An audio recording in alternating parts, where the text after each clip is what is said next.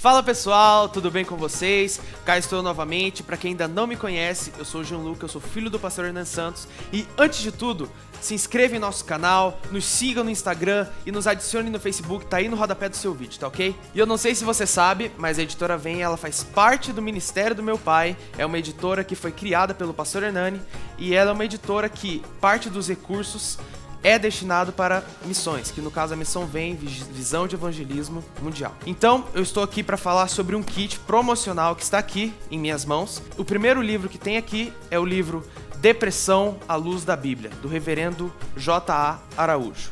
E esse livro, para você que sofre com algum tipo de síndrome, com algum tipo de síndrome do pânico, com crise de ansiedade, com própria depressão, ainda mais nesse tempo de pandemia que estamos vivendo, esse livro ele é essencial para você. E o segundo livro que eu tenho aqui é o livro Arrependimento Profundo e Eficaz, do meu pai. Nesse livro, o meu pai ele conta certinho como foi a visita de um anjo que apareceu para ele e lhe deu um recado. Então, para você que quer saber que recado foi esse, adquira já. O terceiro livro que temos aqui é Volte a Ser Feliz da Maneira Certa, do pastor Júnior Santos. E esse livro, para você que está com algum problema emocional, que tem dificuldade em voltar a ser feliz, esse livro é essencial para você, tá certo? Então, o próximo livro que eu tenho aqui, também do pastor Júnior Santos, é 24 Segredos das Pessoas de Sucesso. E para você que quer adquirir esse livro e quer ter uma espécie de manual para ter sucesso em alguma área da sua vida, alguma área financeira, no seu trabalho, então esse livro é essencial para você, tá certo? E o último livro, que é o livro mais recente da nossa editora, é o livro Senhor, Salva-me, de nada mais, nada menos que John Wesley, que é considerado um dos maiores evangelistas avivalistas de todos os tempos após os apóstolos. E esse livro é um manual do cristão.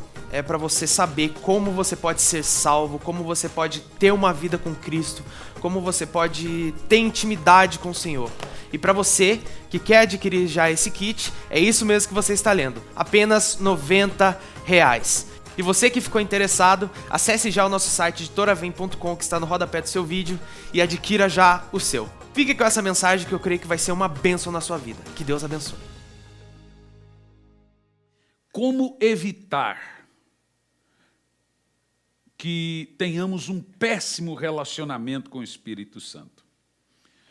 Como não ter, ou como evitar um péssimo relacionamento com o Espírito Santo?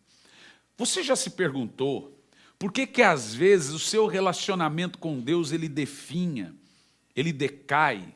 E quais são os motivos que levam a você ter um relacionamento decrescente com Deus?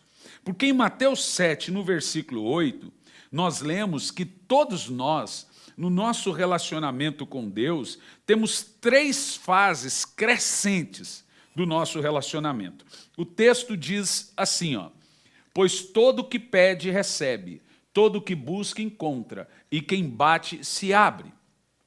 Nós entendemos nesse texto que existem 3 fases no nosso relacionamento com Deus. A primeira fase, naturalmente, é a fase de pessoas que vêm para a igreja e ainda não cresceram na graça e no conhecimento do Senhor, então estão só pedindo. Senhor, me dá, Senhor, me abençoa, Senhor, faz. Esses são os que pedem. Mas logo depois que essa pessoa cresce na graça e no conhecimento de Jesus, automaticamente ela passa para a segunda fase, que é a fase de buscar. Então agora ela também passa a estar interessada em buscar a Deus, em também crescer nessa busca por Deus. E é óbvio que depois que você busca a Deus, você já está à sua porta, batendo pela presença dEle. No entanto, meus irmãos, se não cuidarmos, nós vamos regredir em nosso relacionamento com Deus. E assim como nós passamos por 3 fases progressivas, 3 fases crescentes no nosso relacionamento com Deus, nós também passamos por 3 fases decrescentes em nosso relacionamento com o Espírito Santo.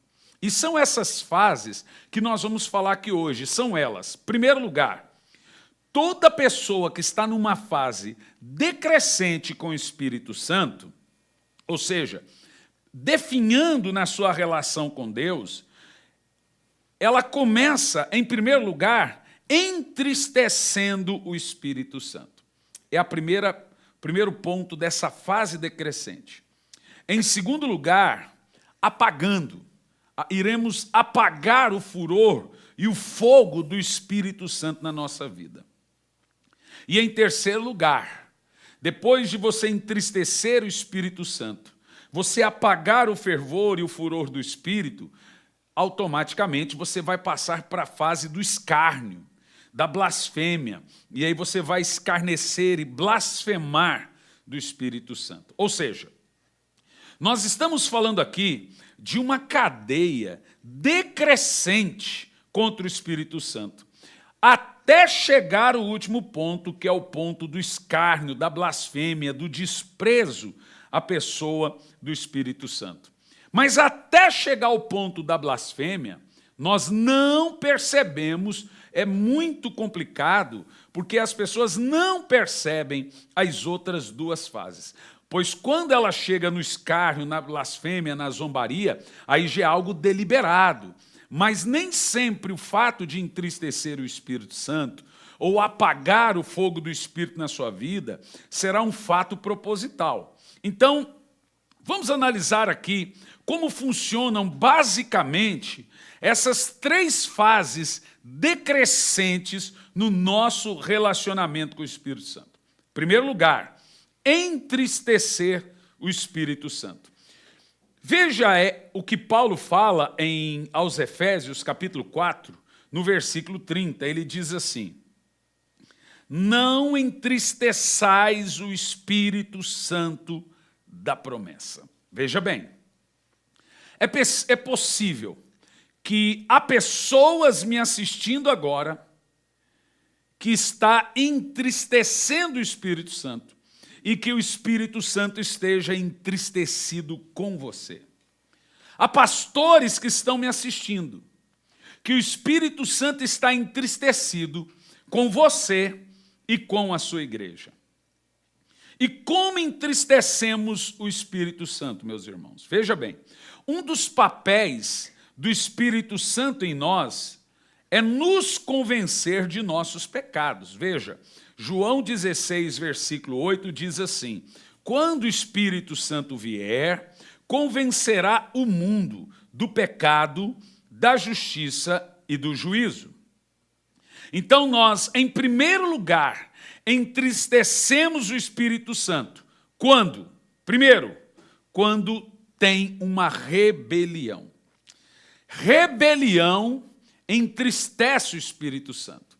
E quando nós falamos de rebelião, nós não estamos defendendo a causa própria ou apenas dizendo que a rebelião é algo que acontece intrinsecamente dentro da igreja. Porque a rebelião ela acontece dentro de casa também. Ela acontece dos filhos para os pais, esposa para os maridos, líderes liderados para seus líderes. E o que acontece quando há num lugar um ambiente de rebelião? Isaías 63, versículo 10 diz assim: mas eles se rebelaram e entristeceram o Espírito Santo. Veja você que no ambiente de rebelião, nesse ambiente o Espírito Santo fica triste. No ambiente onde tem divisão, no ambiente onde tem discórdia, naturalmente, num local como esse, o clima começa a ficar pesado e o Espírito Santo vai entristecendo. O Espírito Santo não gosta de confusão. O Espírito Santo não gosta de casa dividida. O Espírito Santo não gosta de rebeldes, de rebelião. Quando Lúcifer se rebelou, Deus não chamou ele para um bate-papo, para conversar. Deus mandou ele embora.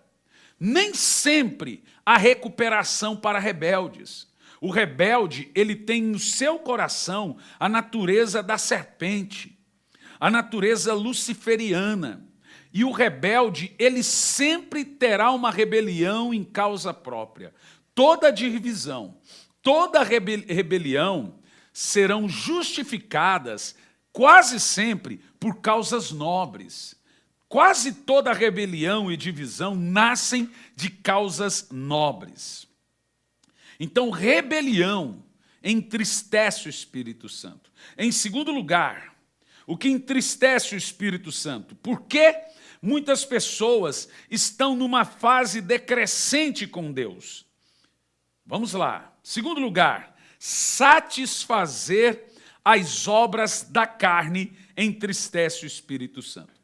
Gálatas 5, versículo 17, Paulo diz assim: por isso vos digo, vivam pelo Espírito e de modo nenhum satisfaçam os desejos carnais. Veja, quando a Bíblia usa os termos carne, ela não está falando dessa carne que vira pó e verme. Ela está falando da natureza da terra, da natureza adâmica, que se inclina para o pecado.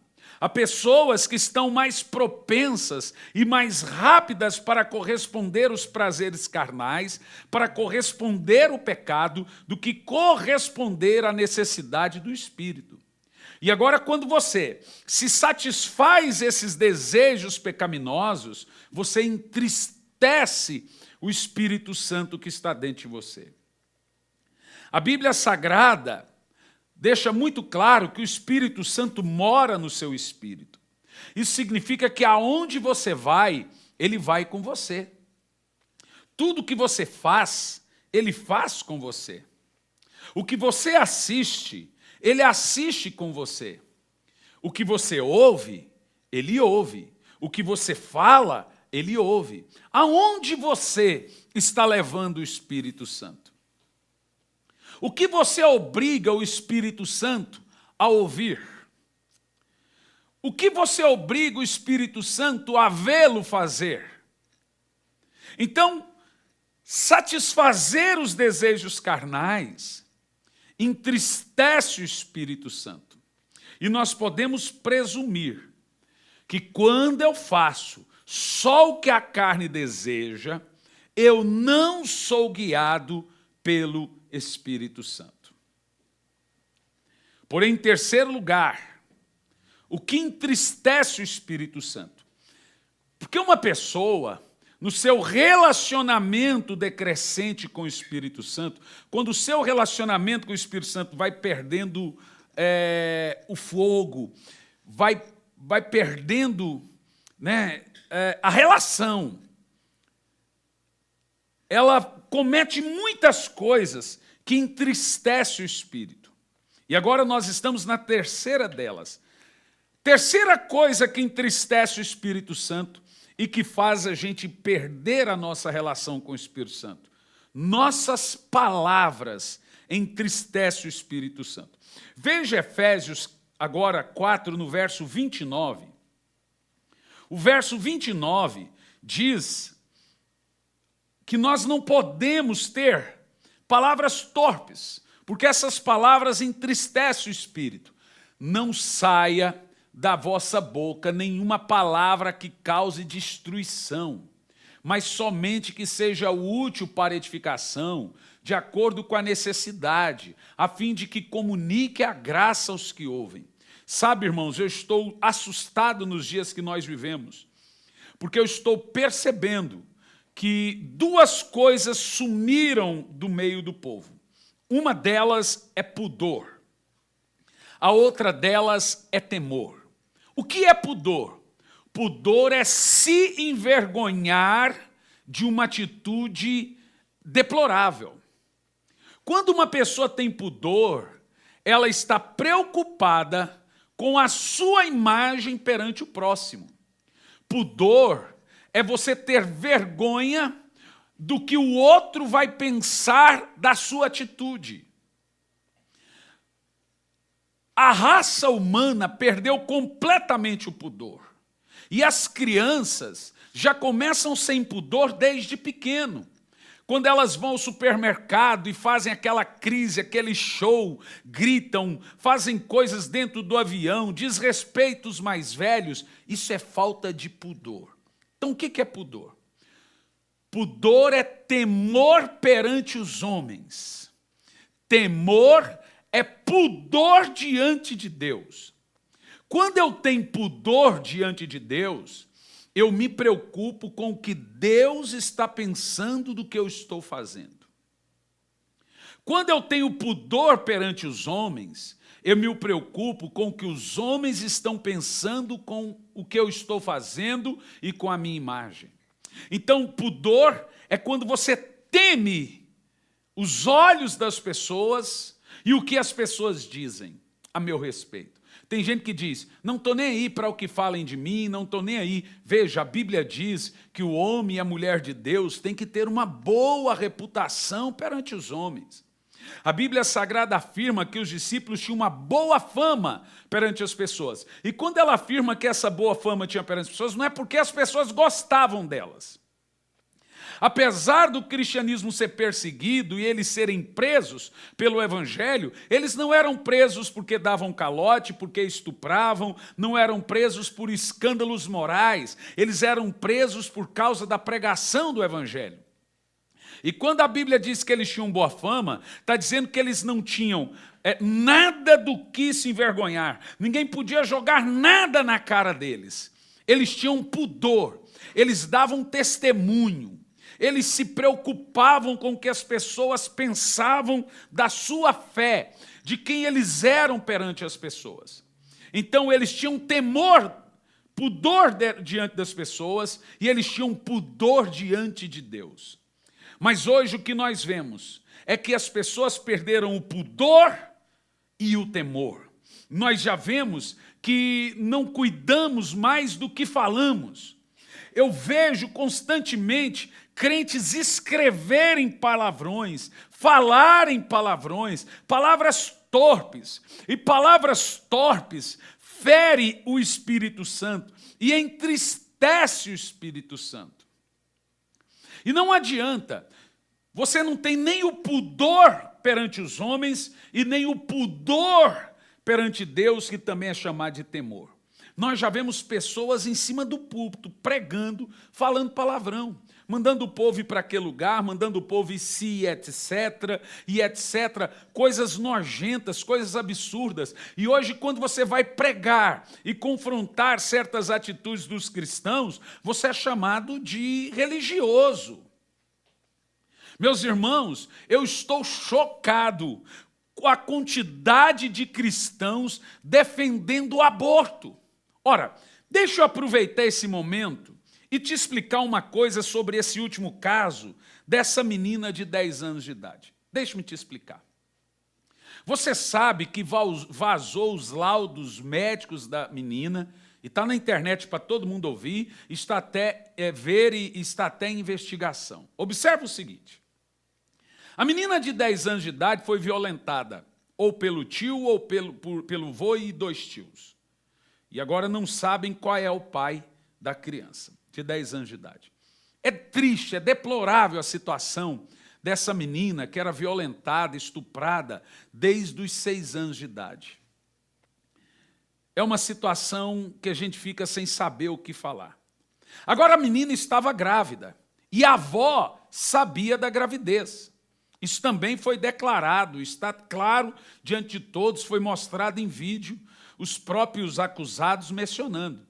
Quando chegou nos 6 meses, não deu para esconder mais, teve que ir no médico. E aí os médicos que acusaram e levaram para a justiça.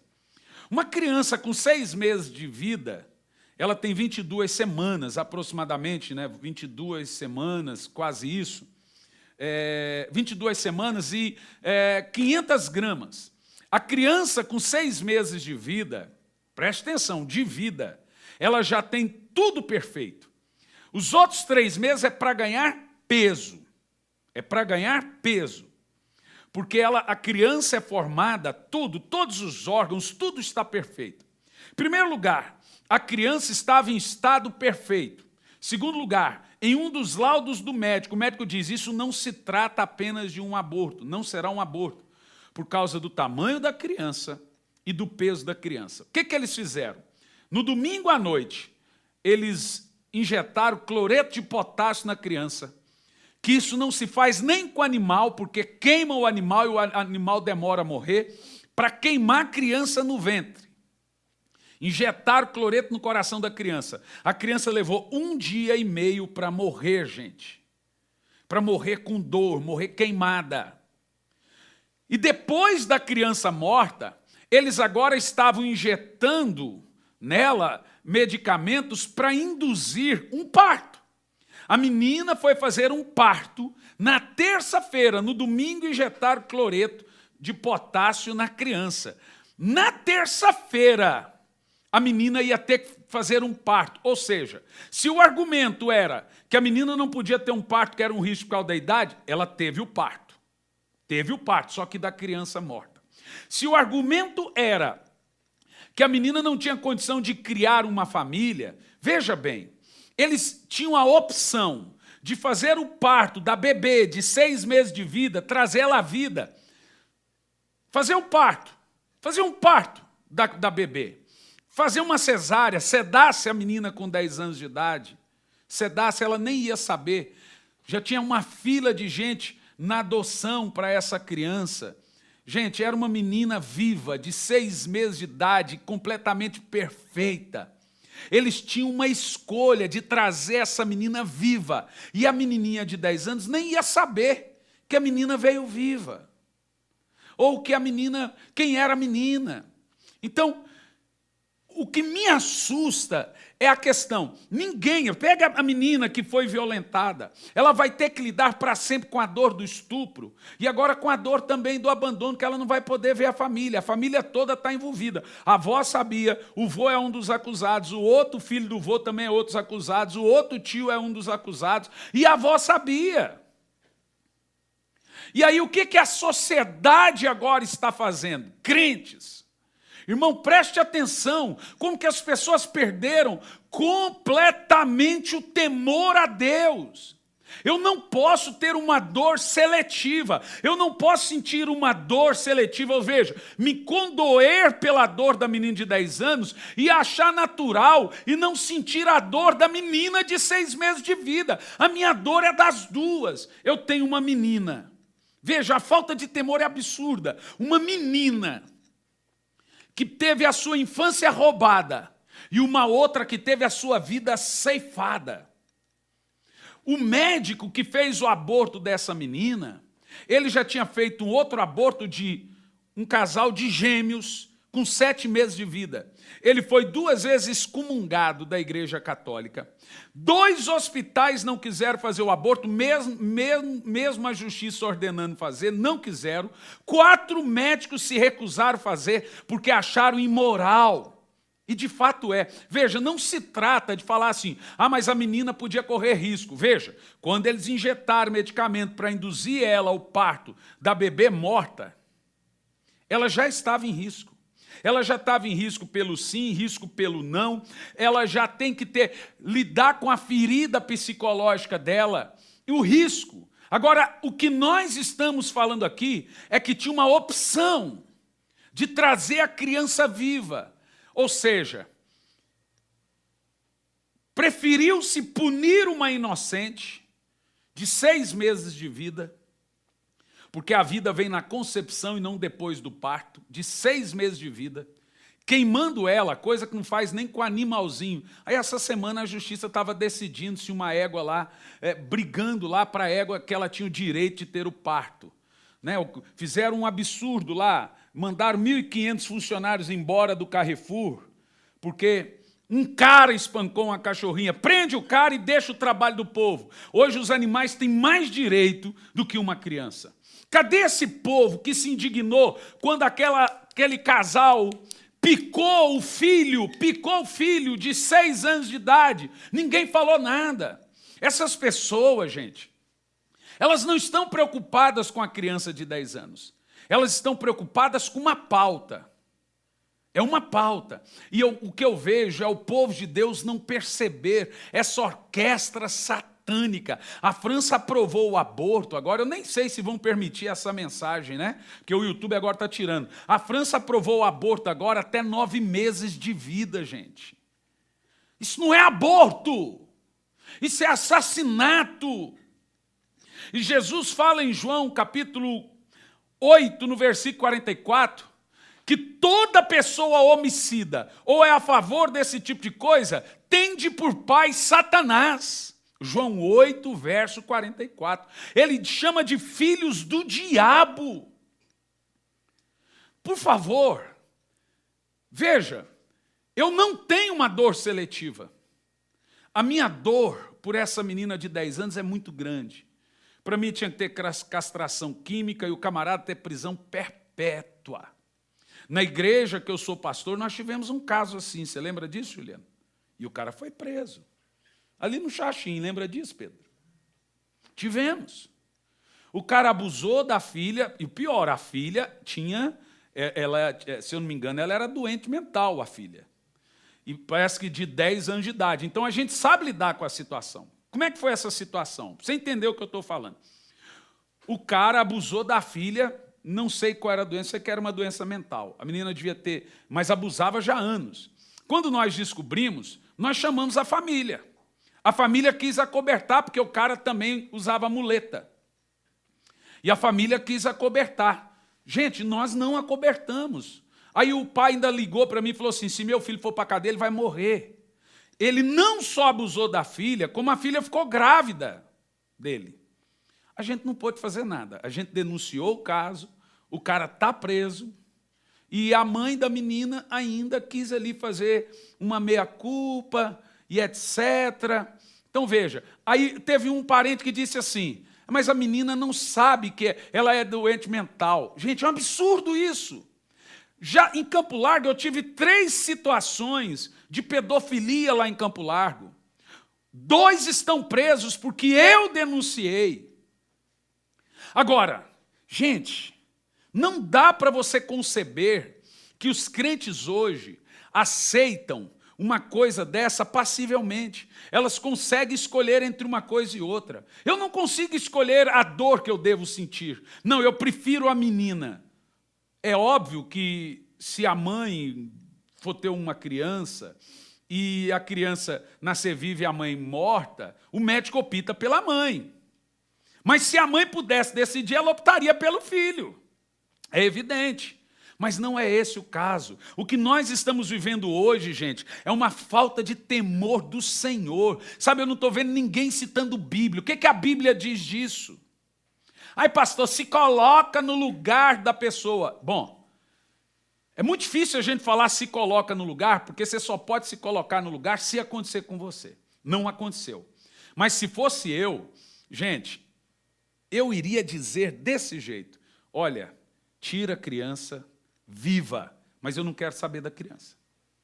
Faça o que vocês quiserem, doa ela, mas tira a criança viva. Pode ter certeza absoluta.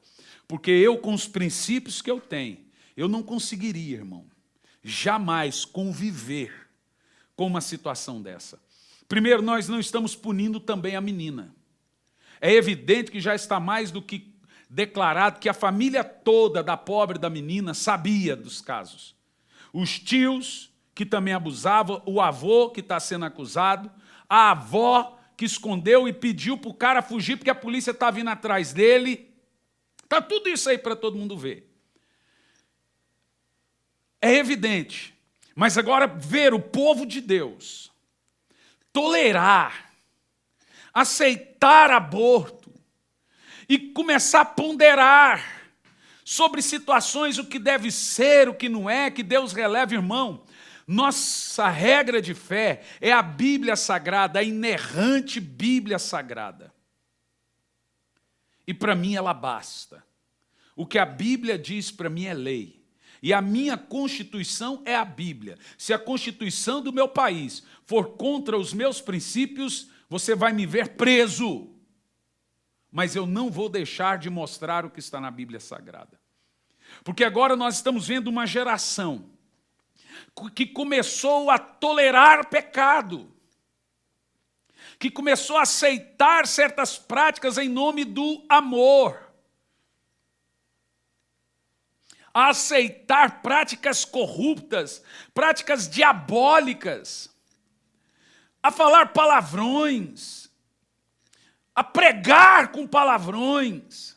E a Bíblia Sagrada afirma aqui que as nossas palavras entristecem o Espírito Santo. O temor e o pudor saiu do mundo. Sabe, teve gente que mandou eu ir orar, porque eu estava contra o aborto. Veja, eu estou contra o aborto e gente mandando eu me converter ao poste fazendo xixi no cachorro.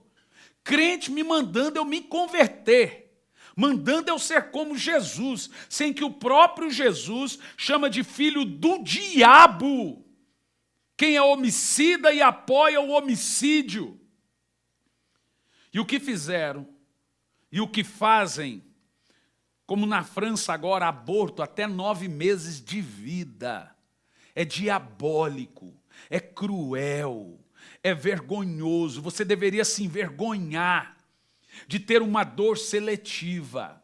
Se você quer escrever pela dor da menina de 10 anos, eu te aconselho, escreva também pela dor da menina de 6 meses de vida, 2 meninas. Não por causa de uma, mas por causa de 2 vítimas. Não faça uma coisa seletiva. E não nos compare com aqueles fanáticos na frente do hospital xingando a menina de assassina. Esses aí não são cristãos. Não são. Porque o nosso ponto bíblico aqui é apenas contra a imoralidade do assassinato.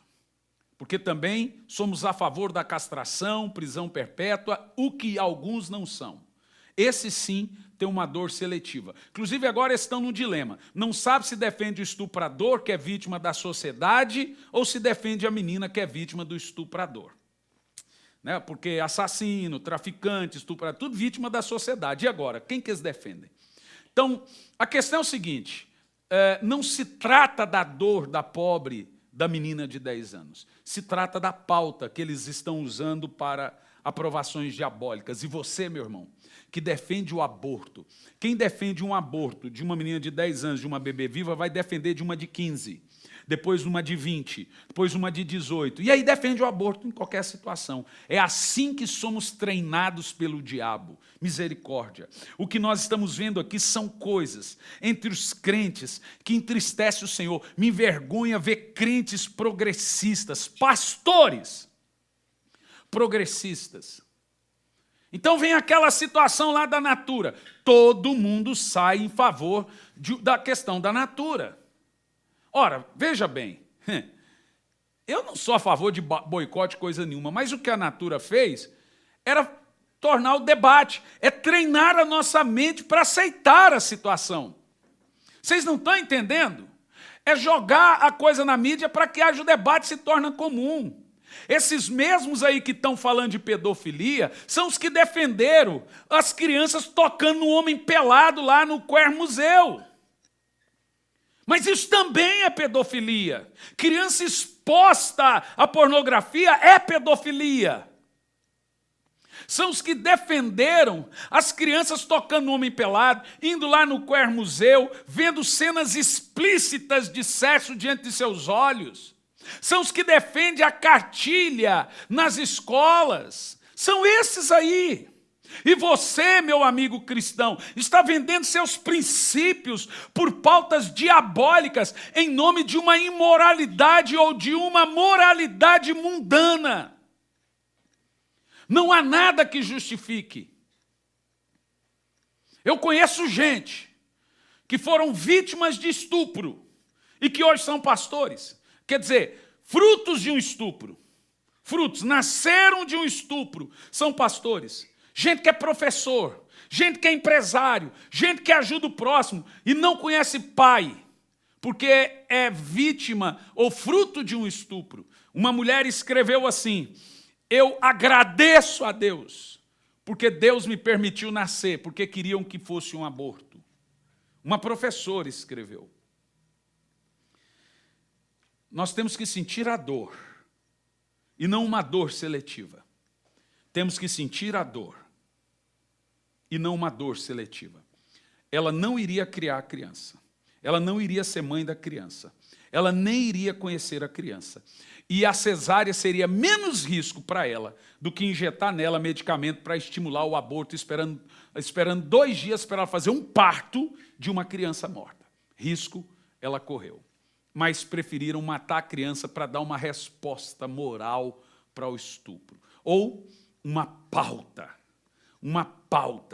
global de aborto.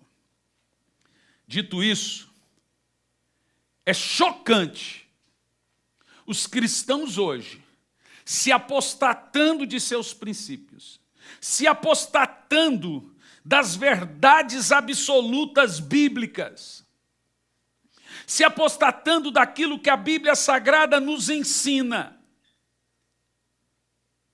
E deixe-me te dizer, irmão, pode acontecer o que acontecer. Eu aguento pedrada. Eu não arredo o pé dos meus princípios. Nem como pastor, nem como pai, nem como cidadão. Eu não arredo o pé de meus princípios. Então, nossas palavras entristecem o espírito. A falta de temor entristece o espírito. E agora, quando você entristece o espírito na sua casa, você vai perdendo a comunhão com ele e se apagando.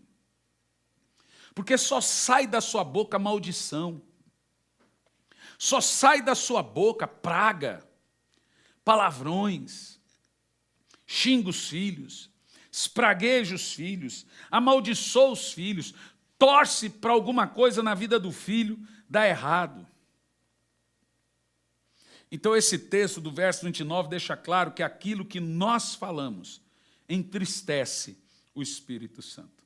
Em quarto lugar, no nosso relacionamento decrescente com o Espírito Santo, falta de perdão entristece o Espírito Santo. Olha o verso 30, por gentileza. Verso 30. Tem gente que não parou para pensar na gravidade da falta de perdão. Deixe-me te falar uma coisa antes de ler o verso 30. Pode deixar ele congelado aí, Pedro. Tem algo pior na nossa vida do que o fluir da graça de Deus ser cortado? Irmão, do que você mais precisa? É que a graça de Deus continue fluindo em você. E a graça de Deus, ela aumenta, a gente aumenta o fluir da graça. A graça é um rio. Mas a Bíblia diz, bom, eu sei olhar para uma pessoa e sei ver quando ela está debaixo do favor de Deus. Quando você está debaixo do favor de Deus, as coisas acontecem na sua vida naturalmente. Quando você não está debaixo do favor de Deus, você sofre muito para conquistar as coisas. Você sofre muito. Vamos usar como exemplo a vida de José. Aonde José chegava, onde ele estava, a casa prosperava. Então, José, ele tinha o favor na vida dele. O próprio Potifar disse, onde ele põe a mão, prospera. Ele tem o favor do Deus dele.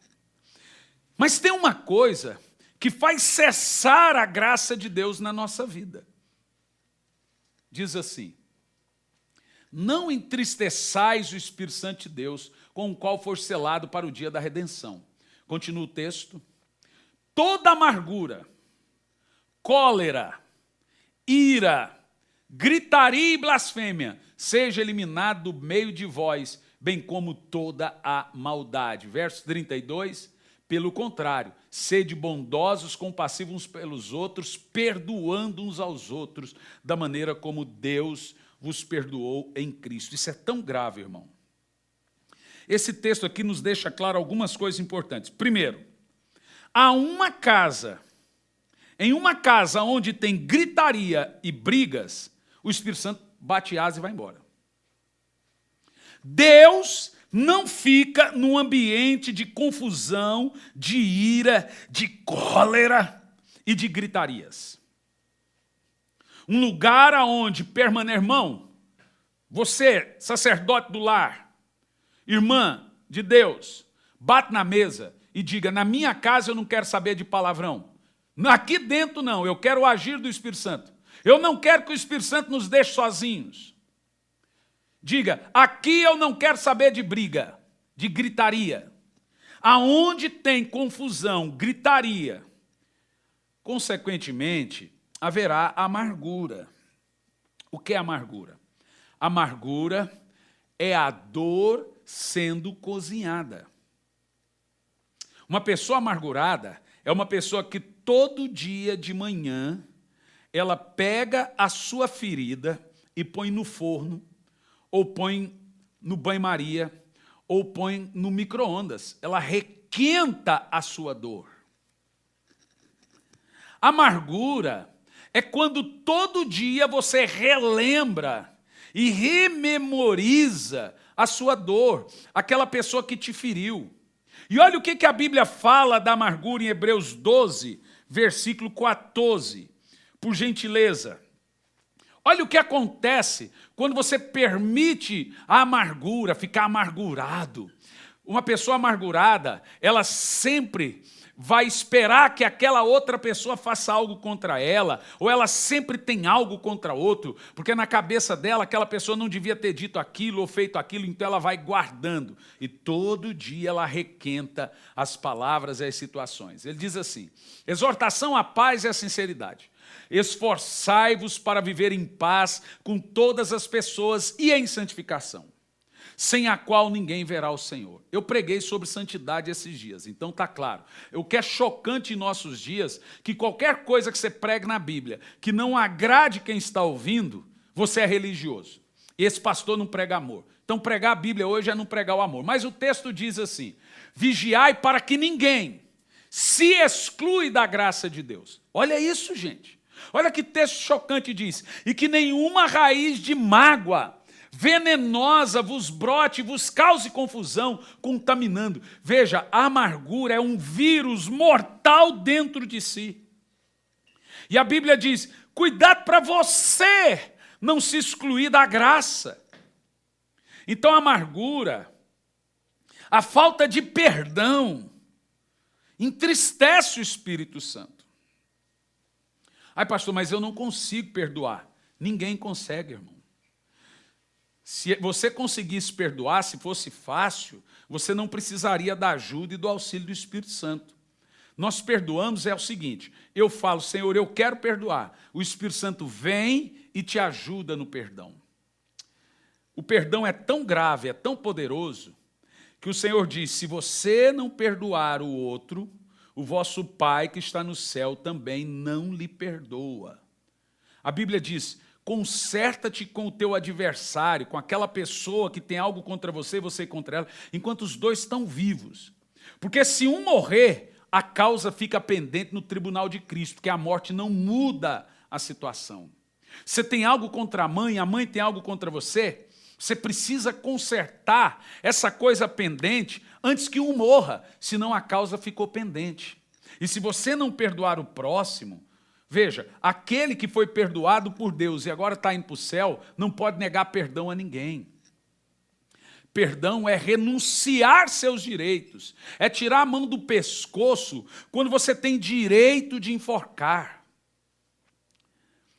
Perdão é uma renúncia, é dar a graça para a pessoa, mas ela não merece, por isso que é graça. Porque você não está dando perdão porque ela merece, é porque ela precisa. E quando você perdoa, o maior beneficiado é você. Você quer ver um dos motivos que as pessoas não perdoam? Que a maioria pensa que perdão é falta de justiça.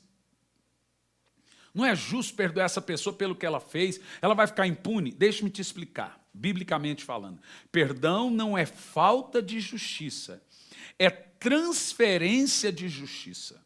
Quando você não perdoa, você já está fazendo justiça no coração. Quando você perdoa, você transfere para que Deus faça justiça.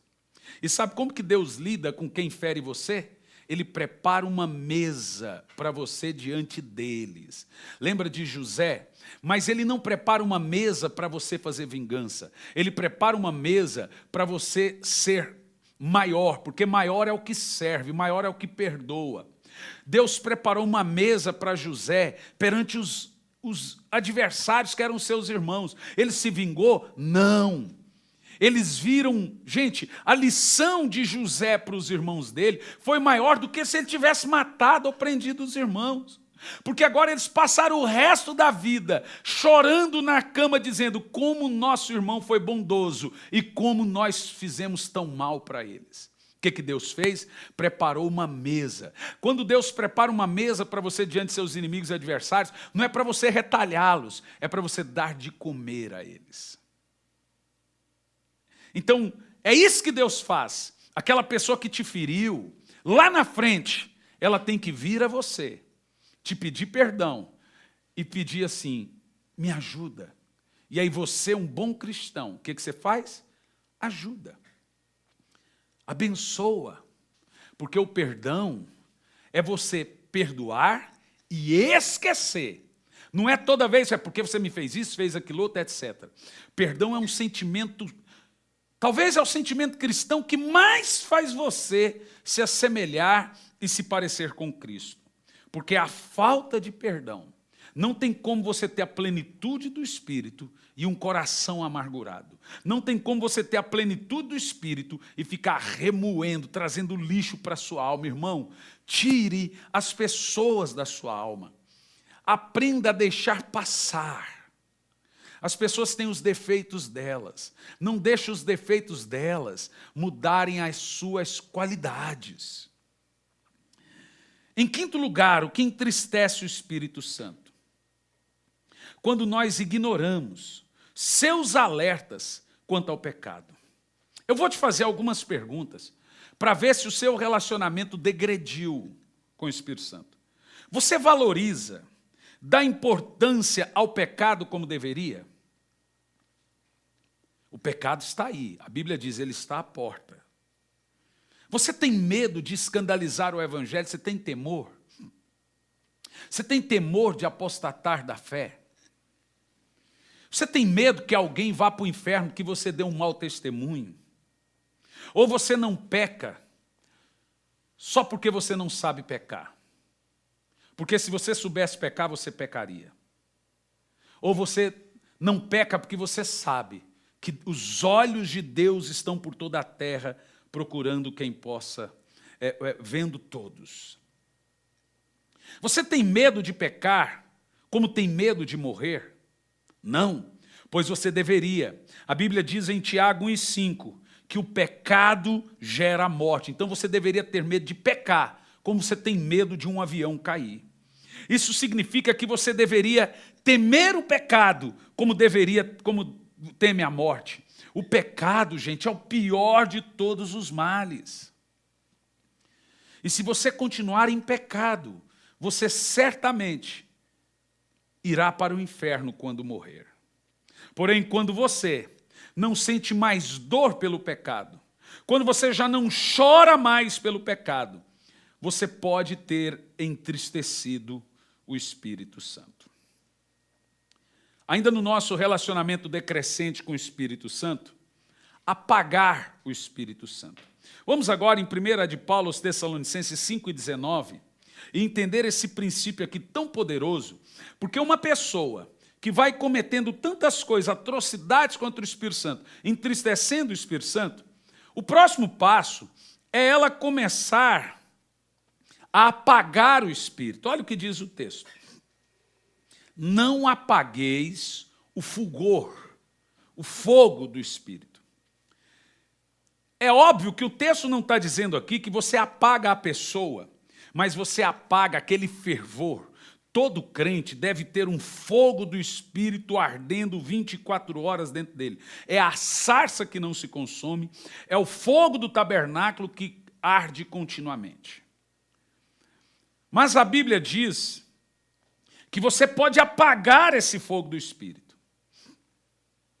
Como que eu apago, pastor, esse fogo do Espírito dentro de mim? O texto diz aqui na sequência: não trateis com desdém as profecias.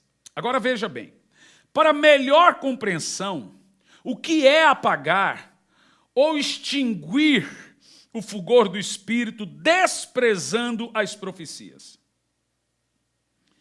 O que é desprezar as profecias? Vamos entender algumas coisas bíblicas e técnicas aqui. Primeiro, o termo profecia, no singular, no original, é a palavra grega pregueira, que significa proclamar.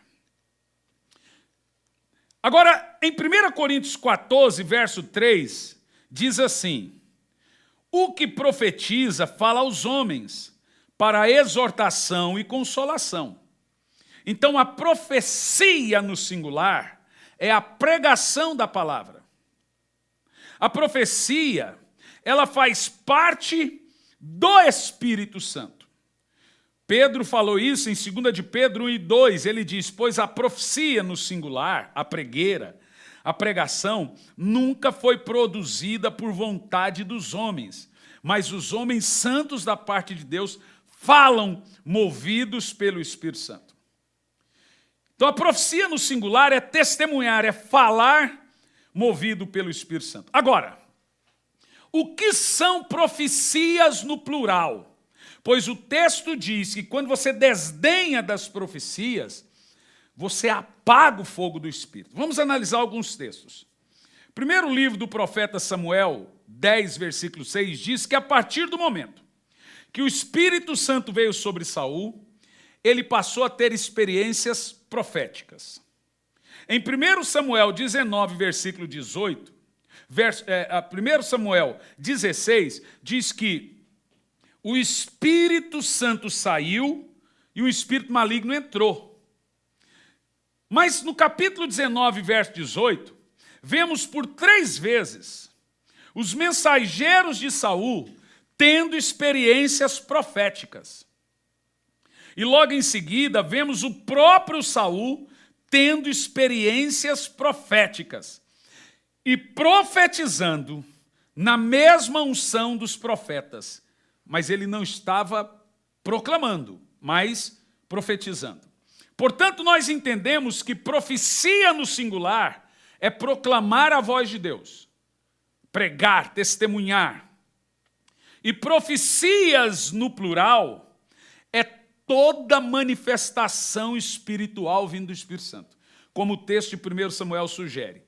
Qualquer manifestação do Espírito Santo é chamado pluralmente de profecias.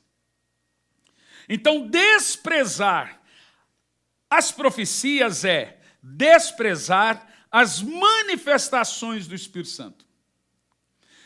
É desprezar tudo que vem do Espírito Santo, ou desdenhar. Eu não preciso orar em língua, não me faz falta, não preciso interpretar sonhos, visões, eu não preciso orar por cura, não preciso expulsar demônio. Isso é desdenhar.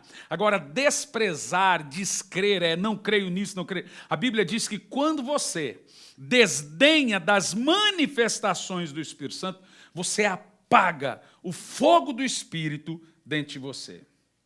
Veja, o Espírito está dentro de você, construindo o seu relacionamento com Deus. Gálatas 4:6. É Ele que quer colocar dentro de você as vontades de orar. É Ele que te leva a adorar. É Ele o Espírito da verdade. Portanto, é Ele que nos leva a meditar nas Sagradas Escrituras. Por isso que a virtude, o fulgor do Espírito é comparado ao fogo. E o combustível que mantém o fogo aceso em nossa vida de oração, que mantém o fogo aceso é a nossa vida de oração e a nossa comunhão com Ele. Quando Ele está suprimido, quando o Espírito Santo está suprimido, e o que é suprimir o Espírito Santo? É apagar, é entristecer. Eu até vou pôr o título nessa palavra. O que é suprimir o Espírito Santo? Porque muita gente está apagando, suprimindo o Espírito Santo na sua vida. E quando é que as pessoas fazem isso? Quando elas estão entristecendo o Espírito, quando elas estão desdenhando das manifestações do Espírito, ou nem se importando que não tem mais manifestação na sua vida. Aí, consequentemente, irmão, nós já estamos vendo o terceiro e último e o pior estágio nesse relacionamento decrescente com o Espírito Santo. A pessoa passa a vida entristecendo, já acha natural aborto, acha natural coisas diabólicas, coisas terríveis. Irmãos, os dias de Roma voltaram.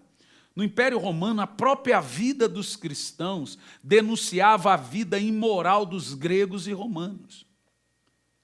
Então eles eram intolerantes e foram para o Coliseu. Os dias estão voltando. Agora, é inevitável que o último estágio desse relacionamento decrescente vai ser o escárnio mesmo. É aquela pessoa que agora ela já não crê mais na totalidade da Bíblia, ela começa a ter uma leitura seletiva.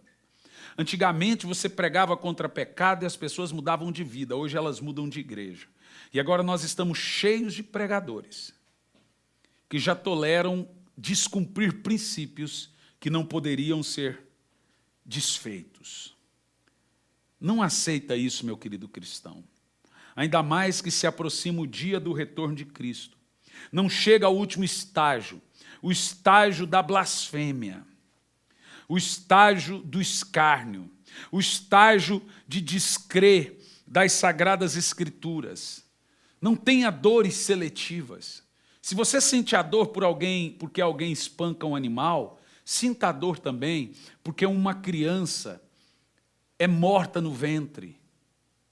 Porque o crente também não pode sentir dor por uma criança e não sentir dor por espancamento de um animal. Também nós não podemos ter dor seletiva. Mas nós temos que sentir dor, não selecionar por quem eu vou me doer. Eu gostaria que todos vocês que me assistiram hoje continuassem a amar como Jesus amou. Mas não venda seus princípios. Não entristeça o Espírito, não apague o Espírito e não escarneça do Espírito Santo que está dentro de você.